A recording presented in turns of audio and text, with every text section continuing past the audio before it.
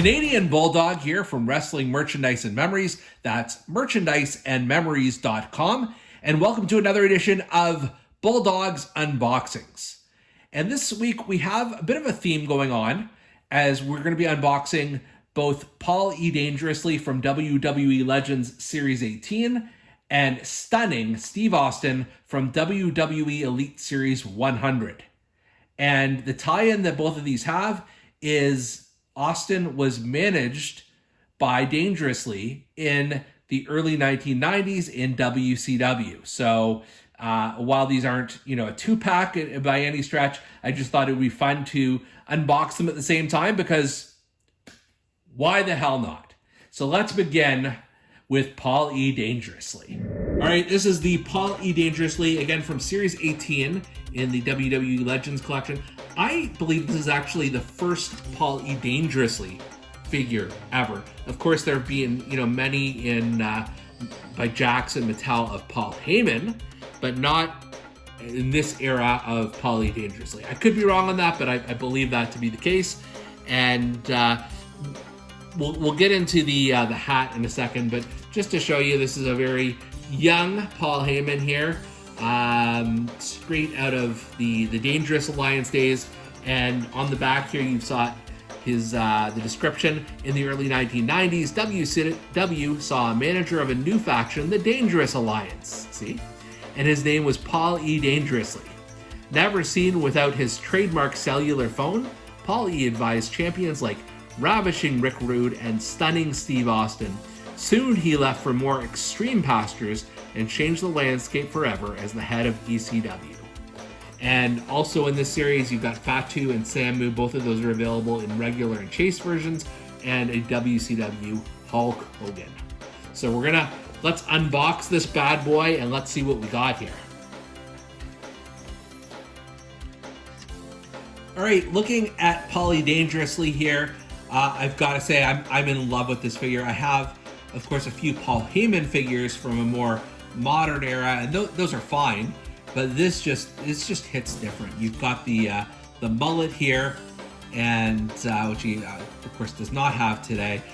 He's got this very just sly face scan, which is really cool, and even the tie it screams 1990s, as well as the gray suit, and he's got the black dress shoes on. So it's a very good likeness. And then the figure comes with this Zach Morris style cell phone. And I found as I was unpackaging this that it is extremely fragile. This is easily breakable, and it's meant to break. So when Dangerously slams the phone over an opponent's head, it will split in three. Unfortunately, and it won't even stick very well here. It did in the package. Maybe if he's on the phone. Nope, that doesn't even work.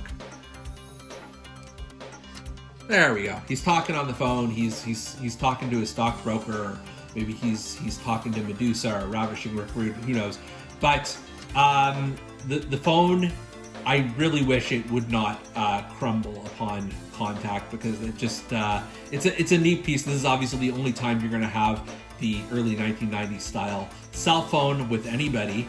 I can't imagine anybody else, having that accessory, and it doesn't stay together very well. I guess if I keep it like this, it's fine. In terms of other accessories, we've got, as with most of these figures, you've got an alternate pair of hands. You've got the extra pointing finger. You've got the extra C grip if you want to switch his hands around, as he has one each, and then he's got two fists for punching. Quite honestly, I like the way he is now. And then in addition, there is the ECW cap, and we'll pop that on for a second here. Maybe the cell phone just broke, but in the interim here, he's pretending to make a phone call. Maybe he's on his Bluetooth here. The ECW hat is fine, only this is not exactly how he looked when he was running ECW. Like, he wouldn't have the tie for one thing. He'd have the lanyard around his neck, and he'd have a bit of stubble and that sort of thing. So this is definitely a WCW Paul E. Dangerously. So it's neat that they had that accessory, but I certainly will not be posing with that because I just don't think it's very accurate. Overall, this is one of the better suited wrestling figures that I own. It's got a bit of personality to it. Other than the phone accessory, giving this full points. It's a brand new face scan, obviously, and the mullet is just really cool. It just reminds me of a time where the Dangerous Alliance ran WCW. All right, next up we've got Stunning Steve Austin. And believe it or not, this is the second Stunning Steve Austin figure I have.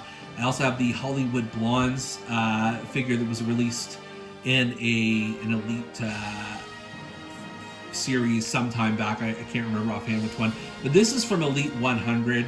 And this is, we'll see in the back in a second, 5 or 6 of the most popular wrestling figure stars. But this has never been done before, as far as I know. I know there was talk of Stunning Steve eventually getting sort of a glued figure back when that was a thing. It never happened, and it just a very cool representation of his early time in WCW when he was managed by the aforementioned Paul Heyman. Just take a quick look on the back here. So it's got an illustration of Stunning Steve, very good one, and it says, "Every legend has a beginning. For Stunning Steve Austin, that was in WCW. He took on some of the greatest to ever lace up a pair of boots. Before long, he shaved his blonde hair. His attitude became stone cold, and he changed the business forever." That's who he is. He's Stone Cold Steve Austin. I never would have put that together. Okay. Where were we? Elite 100 celebrates the roots of Steve Austin's career, complete with his first title, the WCW Television Championship. And we'll find that. We'll talk about that belt in a minute. But all of these figures do have championships. So you've got Andre the Giant with the title that he was going to be awarded had he won the world title at WrestleMania 3. You've got Rey Mysterio with his WCW, I think, Cruiserweight title. You got The Rock with his Brahma Bull title. Becky Lynch with the SmackDown Women's Championship. John Cena with, it looks like, the spinner belt, and then, of course, this one. So it's a great set all around, for sure. This is the only one to date that I own, just because I felt this figure was different enough that I had to have it. So let's open it up, and let's see what we got with Stunning Steve.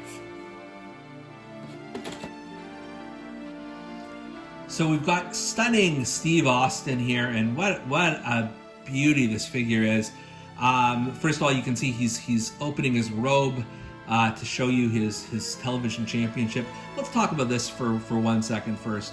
I'll have to check, but I have a feeling there was either a WCW or NWA on the top of this belt when they had it. I don't know why they didn't. There may be copyright rules or something like that, so they couldn't put it on there. But it does look lacking, because this is the only time we've seen this version of the title in any wrestling figure, as far as I know.